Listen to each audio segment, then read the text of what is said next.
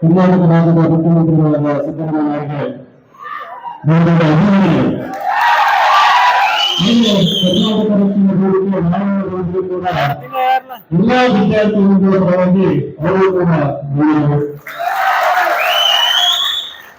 ಈಗ ಸಿದ್ದರಾಮಯ್ಯ ಸಾಹೇಬರು ಎಲ್ಲ ಟ್ವೀಟ್ ಮಾಡಿದ್ರು ರೂಲ್ ಎಕ್ಸಾಮ್ ಹಾಕ್ಬೇಕು ಅಂತಂದು.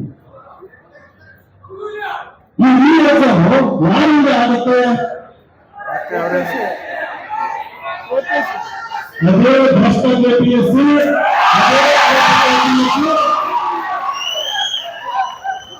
ಈ KPSC ನಲ್ಲಿ ಸಮಗ್ರ ಬದಲಾವಣೆ ಆಗಲಿಲ್ಲ ಅಂತಂದ್ರೆ, ಸಂಖ್ಯೆಯನ್ನು ಸುಧಾರಣೆ ಆಗಲಿಲ್ಲ ಅಂತಂದ್ರೆ ಕೇವಲ ವಿದ್ಯಾರ್ಥಿಗಳ ಯಶಸ್ಸಿಗೆ ಅಥವಾ ಭವಿಷ್ಯಕ್ಕೆ ಮಾತ್ರ ಧಕ್ಕೆ ಅಲ್ಲ, ನಾನು ವಿಡಿಯೋದಲ್ಲಿ ಹೇಳಿದ್ದೀನಿ, ಕರ್ನಾಟಕದ ಅಭಿವೃದ್ಧಿಗೆ ಕೂಡ ಧಕ್ಕೆ ಹಾಕಿದ್ರು.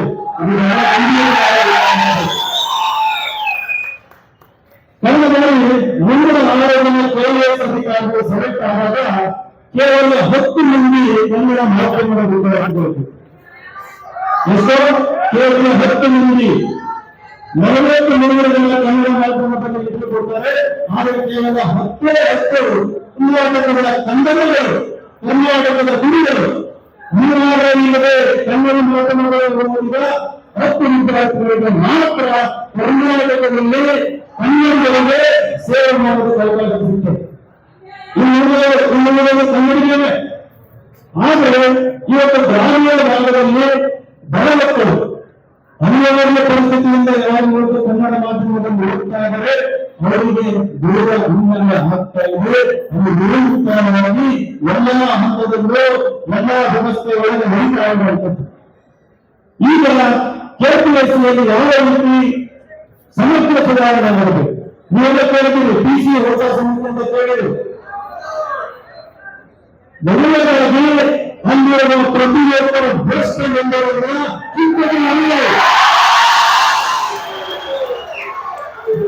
ಭಾರತೀಯರ ಮೇಲೆ ನ್ಯಾಯವಂತರನ್ನು ನೇಮಕ ಮಾಡಬೇಡಿ, ಅವರ ಮೆರಿಟ್ ನೋಡಿ, ಅವರ ಎಕ್ಸ್ಪರ್ಟೀಸ್ ನೋಡಿ, ಅವರಿಗೆ ಪ್ರಾಮಾಣಿಕತೆ ಇದೆಯಾ ಅನ್ನೋದನ್ನ ಪರೀಕ್ಷೆ ಮಾಡಿ ಅಂತ ಮೆಂಬರನ್ನ ನೇಮಕ ಮಾಡಬೇಕು.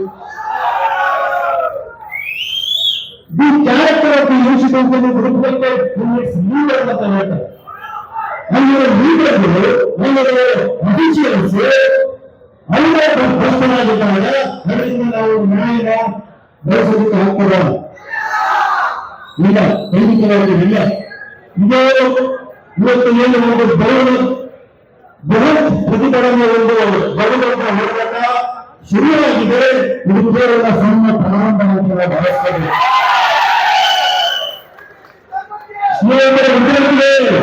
ದಯವಿಟ್ಟು ಯಾರು ಅನುಕೂಲರಾಗಬೇಡಿ. 2 ತಿಂಗಳಲ್ಲಿ ಮರು ಪರೀಕ್ಷೆ ಆಗ್ತದೆ. ಆದ್ರೆ ಅದಾದ್ಮೇಲೆ ಮೇಲ್ಸ್ ಆಗುತ್ತೆ, ಮೇಲ್ಸ್ ಆದ್ಮೇಲೆ ಇಂಟರ್ವ್ಯೂ ಆಗುತ್ತೆ ಅಂತ ನಾವೇ ಗೊತ್ತಿಲ್ಲ. ಜನರಿಗೆ ಗೊತ್ತಿಲ್ಲ, KPSC ಚೇರ್ಮನ್ ಗೊತ್ತಿಲ್ಲ, CM ಗೊತ್ತಾಗಲ್ಲ, ಮೇಲ್ಸ್ ಆಗುತ್ತೆ, ಇಂಟರ್ವ್ಯೂ ಆಗುತ್ತೆ. ಪರ್ಫೆಕ್ಟ್ ಇಂಥ ದಿನ, ಇಂಥ ವರ್ಷ, ಇಂಥ ತಿಂಗಳು ಈ ಎಕ್ಸಾಮ್ ನಡೆಯಬೇಕು ಅನ್ನುವಂಥ ಚಾಲೆಂಜ್ ಪ್ರತಿಯೊಂದು ಪರೀಕ್ಷೆಗಳು ಒಂದು ಚಾಲೆಂಜ್ ಮೊದಲು ನೋಡಿದ್ದೀವಿ. ಮುಂದಿನ ವರ್ಷ ಮೇ ತಿಂಗಳಲ್ಲಿ UPSC ಪ್ರಿಲಿಮ್ಸ್ ನಡೀತದೆ ಅಂತ ನಮಗೆಲ್ಲ ಗೊತ್ತು. ಮೇನ್ಸ್ ಯಾವಾಗ ನಡೀತದೆ ಅಂತ ಹೇಳ್ತೀವಿ. ಆದ್ರೆ KPSCನಲ್ಲಿ ಚಾಲೆಂಜ್ ರಿಲೀಸ್ ಮಾಡೋದಕ್ಕೆ ನಿಮ್ಗೆ ಯಾಕೆ ಸಾಧ್ಯ ಆಗ್ತಾ ಇಲ್ಲ? ಯಾಕೆ ಅಂತಂದ್ರೆ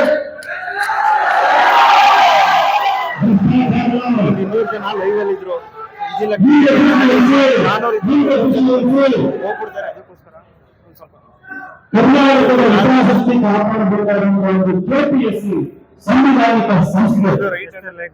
ಆ ಸಂಸ್ಥೆಗೆ ಎಂತೆಂಥ ವ್ಯಕ್ತಿಗಳನ್ನ ನೇಮಕ ಎಂತೆಂಥ ಅಧಿಕಾರಿಗಳನ್ನ ನೇಮಕ ಮಾಡಬಹುದು.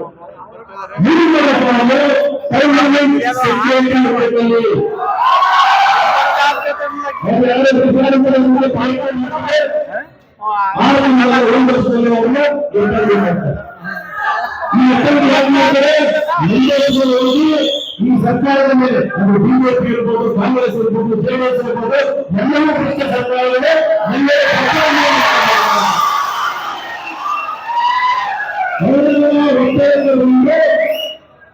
ಯಾರು ಈ ಸೂಚ್ಯದಿಂದ ರೂಪಿಸುತ್ತಾರೆ ಅಂತ ನಮ್ಮ ಮಹತ್ವದಲ್ಲಿ ಮುಂದಾದ ಈಗ ಒಂದೇವಾಗಿ ನೇಮಕವಾದರೆ ಮುಂದಿನ ಏನನ್ನು ಬಯಸ್ತಾರೆ? ಏನನ್ನು ಬಯಸ್ತಾರೆ?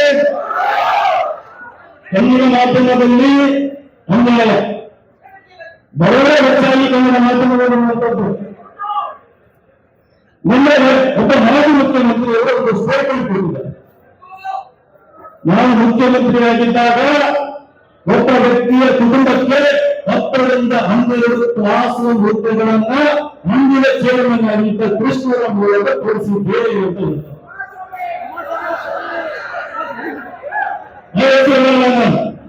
ಹೆಸರು ಹೇಳಿದ್ರೆ ಯಾರಂತ ನಿಮ್ಗೆ ಗೊತ್ತಾಗುತ್ತೆ. ಓಪನ್ನಲ್ಲಿ ಬಾಯಿ ಬಿಟ್ಟು ಏಳರಷ್ಟು ಕಾನ್ಫಿಡೆನ್ಸ್ ಇದೆ ಅಂತಂದ್ರೆ ಈ ಸಂಸ್ಥೆ ಎಷ್ಟು ಕೊಡಬೇಕಿರ್ಬೋದ್ರೆ ಈ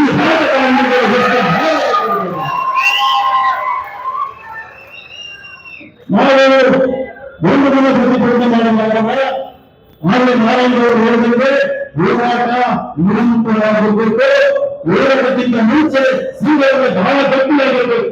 ನಾವು ನಮ್ಮ ಬುಡಕ್ಕೆ ಬೆಂಕಿ ಬಿದ್ದಾಗ ಮಾತ್ರ ಇಲ್ಲಿ ಬಂದು ನಾವು ಹೋರಾಟ ಮಾಡ್ತೀವಿ.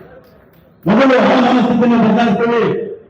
ನೀವೆಲ್ಲರೂ ಸಂವಿಧಾನ ಓದಿದಿರಿ, ಸಮಾಜಶಾಸ್ತ್ರ ಓದಿದಿರಿ, ರಾಜಕೀಯ ಶಾಸ್ತ್ರ ಓದಿದಿರಿ. ಈಗ ನಾವು ಮೇಲ್ಸಭೆಯವರಿಗೆ 10 ರಿವಿಷನ್ ಮಾಡ್ತೀವಿ.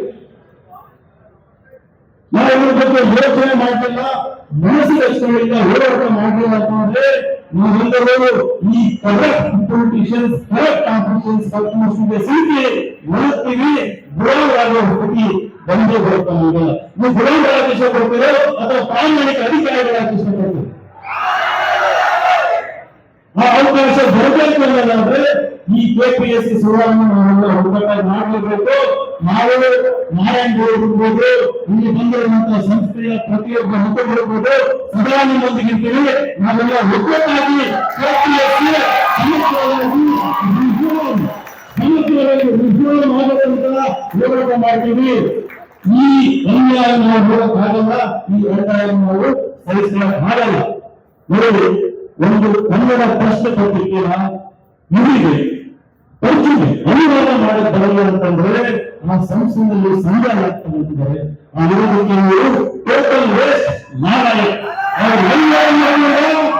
ಎಲ್ಲರೂ ಪ್ರತಿಯೊಬ್ಬ ಅಧಿಕಾರಿ ಇರ್ಬೋದು ಅಥವಾ ಯಾರ್ಯಾರ ವ್ಯಕ್ತಿಗಳು ಇದರಲ್ಲಿ ಭಾಗಿಯಾಗಿದ್ದಾರೆ ಅವರನ್ನು ಪರ್ಮನೆಂಟ್ ಆಗಿ ಈ ಕೆಲಸದಿಂದ ನಿವೃತ್ತಿಗೊಳಿಸಬೇಕು.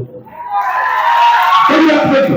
ಯಾಕಂದ್ರೆ ಇದು ನಂತರ ನಿರ್ಲಕ್ಷ್ಯ ಅಂತಂದ್ರೆ ಕನ್ನಡದ ಅಸ್ತಿತ್ವಕ್ಕೆ, ಕನ್ನಡಿಗರ ಗೌರವಕ್ಕೆ ಬಂದಂತ ಧಕ್ಕೆ ನೀವೆಲ್ಲ ಟ್ವೀಟ್ ಮಾಡಿದ್ರಿ, 2 ಭೋಟಾಕ್ಷರಗಳು ಆಗ್ಬೇಕು ಅಂತಂದು ಎಲ್ಲ ಮಾಡಬೇಕಾದ್ರೆ ಆ ಸಂದರ್ಭ ಬಂದಿದೆ. ಮುಂದೊಂದು ದಿನ ಕನ್ನಡಿಗರಿಗೆ ಕನ್ನಡ ಮಾಧ್ಯಮದಲ್ಲಿ ಓದಿದವರಿಗೆ ಸಪರೇಟ್ ರಿಸರ್ವೇಶನ್ ಕೊಡಿ ಅಂತ ಕೇಳಬೇಕಾಗಬಹುದು. ಕನ್ನಡ ಮಾಧ್ಯಮದಲ್ಲಿ ಓದಿರೋರಿಗೆ ರಿಸರ್ವೇಶನ್ ಕೊಡುವ ಕಾಲ ಬರ್ಬೋದು. ಇವತ್ತು ಶಿಕ್ಷಣದಲ್ಲಿರುವ ಅಸಮಾನತೆ ಇರ್ಬೋದು. ನಮ್ಮ ಭಾಷೆಯನ್ನು ನಾವು ಬಹಳ ಪ್ರೀತಿಸ್ತೀವಿ, ಪ್ರೀತಿಯಿಂದ ಬಳಕೆ ಮಾಡ್ತೀವಿ. ಆದ್ರೆ ಆ ಭಾಷೆಯಿಂದ ನಮಗೆ ಒಂದು ಕೆಲಸ ತಗೊಳ್ಳಕ್ಕಾಗಲ್ಲ ಅಂತಂದ್ರೆ ಇವತ್ತು ರಾಜಕೀಯ ಪರಿಸ್ಥಿತಿ ಇರಬಹುದು, ಶೈಕ್ಷಣಿಕ ಪರಿಸ್ಥಿತಿ ಇರಬಹುದು, ಸಾಮಾಜಿಕ ಪರಿಸ್ಥಿತಿ ಇರಬಹುದು, ಎಂತ ಎಷ್ಟು ಹದಗೆಟ್ಟಿದೆ ಅನ್ನೋದನ್ನ ನಾವು ಯೋಚನೆ ಮಾಡಿ. ಹಾಗಾಗಿ ಹೆಚ್ಚು ಮಾತಾಡಲ್ಲ. ಇಲ್ಲಿ ಅನೇಕ ಗಣ್ಯರು ಇನ್ನೂ ಹೆಚ್ಚು ಮಾತನಾಡಿದ್ದಾರೆ. ಕೊನೆಯದಾಗಿ ಮತ್ತೊಂದು ಸರ್ಕಾರಕ್ಕೆ ಅಭಿನಂದನೆ ಸಲ್ಲಿಸ್ತೀವಿ. ಆದರೆ ಈ ಹೋರಾಟ ಹೀಗೆ ನಿಲ್ಲಲ್ಲ ಎನ್ನುವಂತೆ ಗುರುತಿಸಬೇಕಂತೆ ಇದು ಮುಂದೆ ಹೋಗುತ್ತದೆ. ಪ್ರತಿಯೊಬ್ಬರಿಗೂ ಸಮಾನ ಅವಕಾಶ ಸಿಗಬೇಕು, ಪ್ರತಿಯೊಬ್ಬರಿಗೂ ಸಮಾನ ಅವಕಾಶ ಸಿಗಬೇಕು. ಕನ್ನಡ ಮಾಧ್ಯಮದಲ್ಲಿ ಹೋದರೆ ಇಂಗ್ಲಿಷ್ ಸಮಾನತೆ ಎಷ್ಟೇ ಆರ್ಟಿಕಲ್ ಆರ್ಟಿಕಲ್ 40 ಸಮಾನತೆ, ಸಮಾನ ಅವಕಾಶ. ಕನ್ನಡ ಮಾಧ್ಯಮದಲ್ಲಿ ಓದಬೇಕು, ಕನ್ನಡದ ಮಕ್ಕಳು ಇಂಗ್ಲಿಷ್ ಮಾತನಾಡುವಂತ ಓದಬೇಕು, ಪ್ರತಿಯೊಬ್ಬರು ಸಿಗಬೇಕು.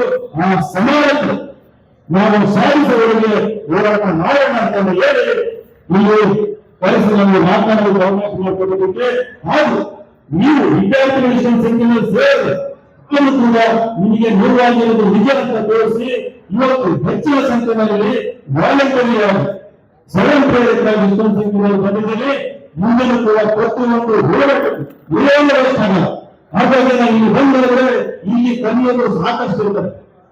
ಅದರಿಂದ ಬಂದವರೆ ನಮ್ಮದು ಪೊಲಿಟಿ ಹಿಸ್ಟ್ರಿ ಜಿಯೋಗ್ರಫಿ